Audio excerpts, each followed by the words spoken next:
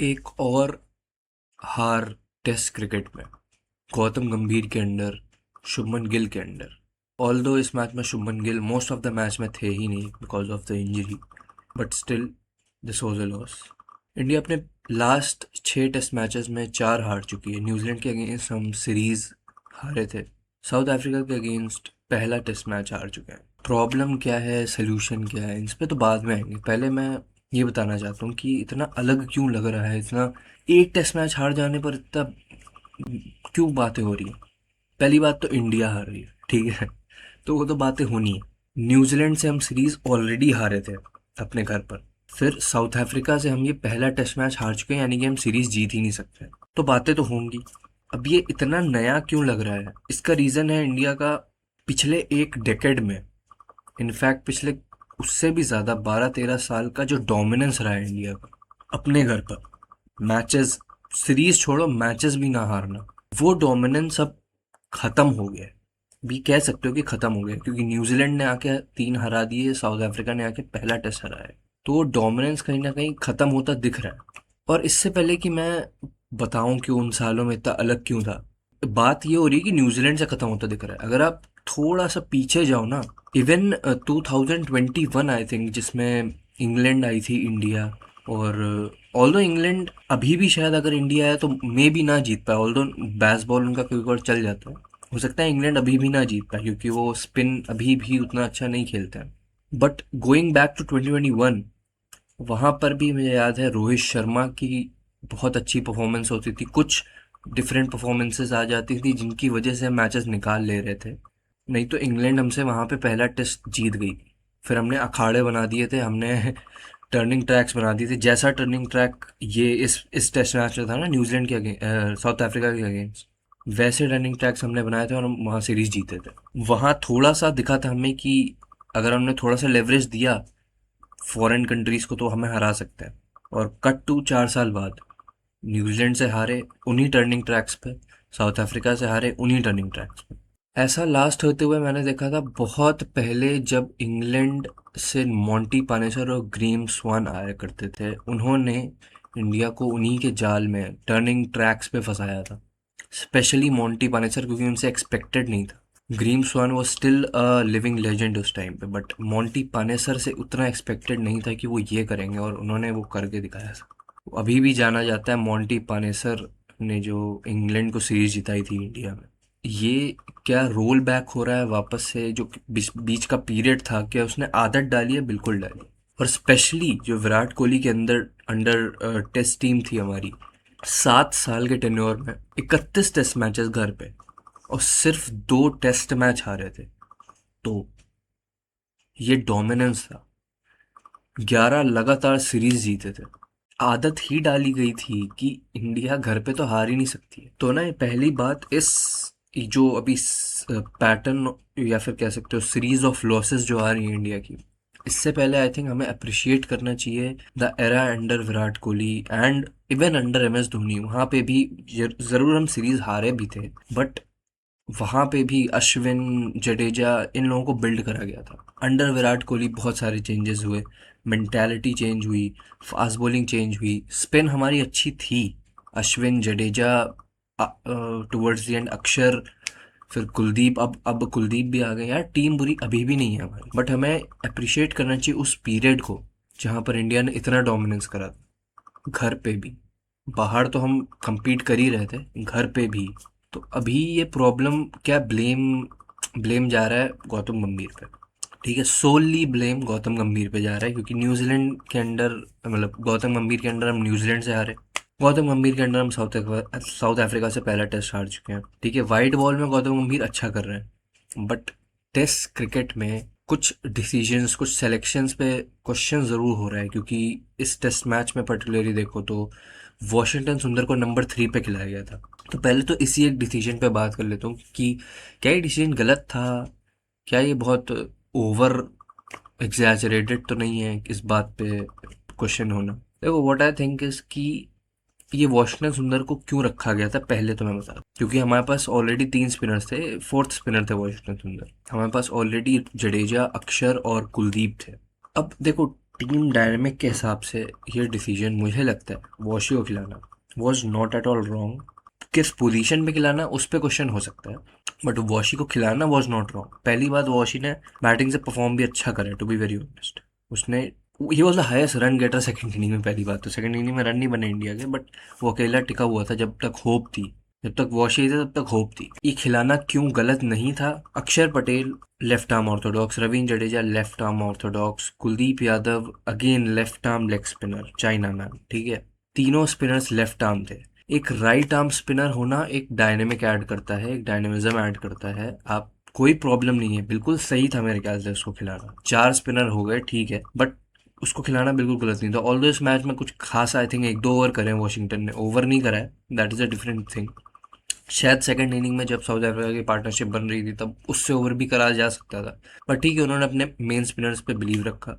तो वॉशी को as a batsman ही ज्यादा खिलाया था, बैट्समैन हु कैन बोल अ बिट, वैसा रोल था। ऑल्दो वॉशिंगटन अगर आप प्राइमरली देखो, he is a more of a bowler then a batsman, but उसने एज अ बैट्समैन बहुत इंप्रूव करा वॉशिंगटन ने, ठीक है, इस पे भी कोई क्वेश्चन नहीं है। और वॉशिंगटन ने खेला भी वैसे ही नंबर 3 बैट्समैन जैसे, टू बी वेरी ऑनेस्ट। हाँ, जरूर बात होगी कि यार आप किसी और को ऊपर खिला सकते थे, वॉशी को नीचे खिला सकते थे, बट आई थिंक कोई प्रॉब्लम थी नहीं, क्योंकि वॉशी ने कहीं ना कहीं प्रूव करा कि वो नंबर 3 पे भी खेल सकता है, एटलीस्ट इन इंडियन कंडीशंस। क्या इस चीज़ का ब्लेम होना चाहिए? पहली बात तो मैं नहीं एग्री करता कि वॉशिंगटन को खिलाना गलत था या फिर किस पोजीशन पे खिलाना गलत था। इंडियन पिचेस पे आपके पास जो अभी प्लेयर्स हैं, ये कोई एकदम नए प्लेयर्स नहीं। ये बातें हो रही है ट्रांजिशन पे है इंडिया, कौन सा ट्रांजिशन? क्या ये is it really really really a transition?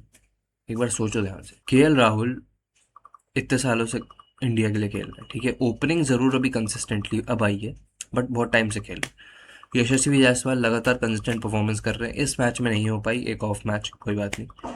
Washington सुंदर इस लॉट में आ चुके हैं, ठीक है, कुछ साल से हम देख रहे हैं उनको, he is been performing as well.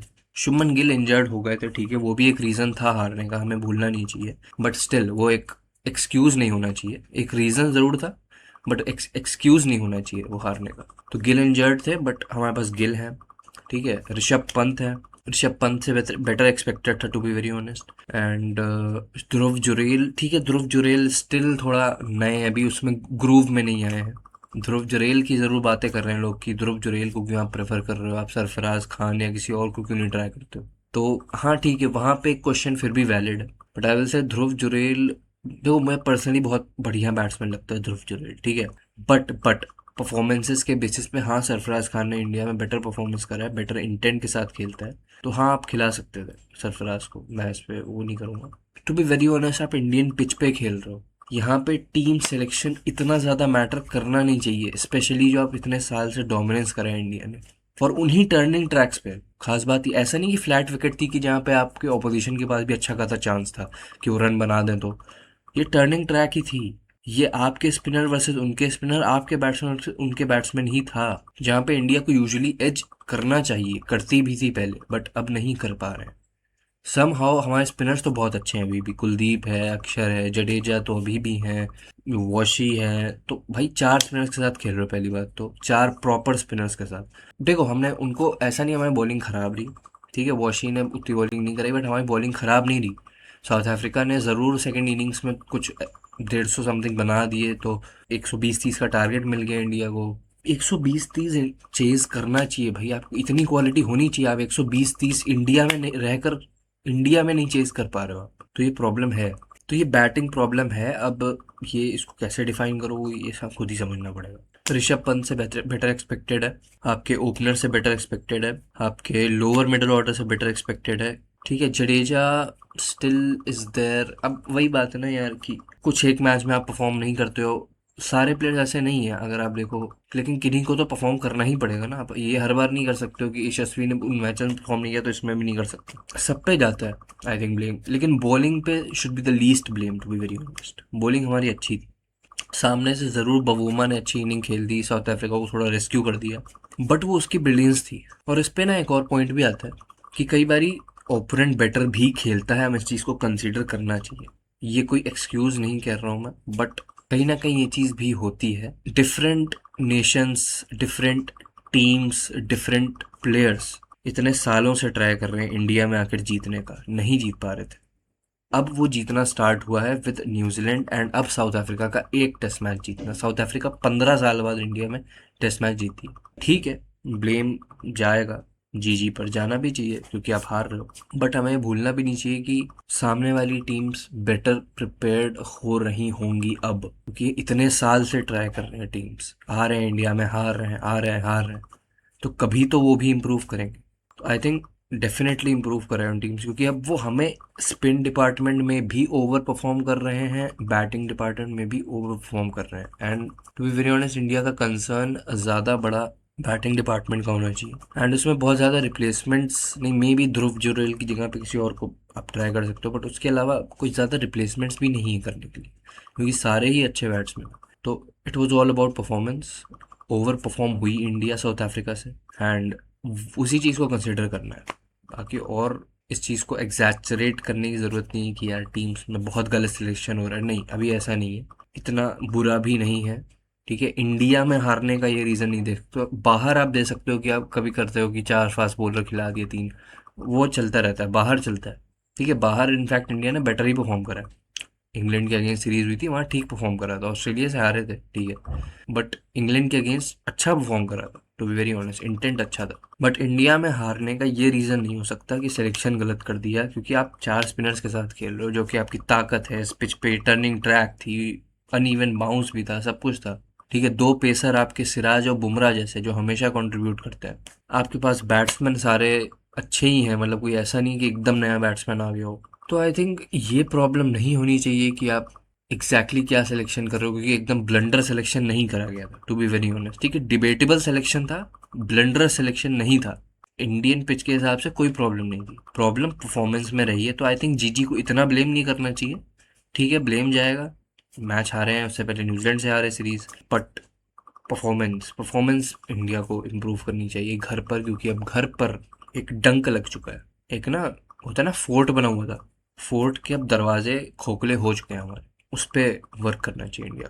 बाकी कीप वॉचिंग।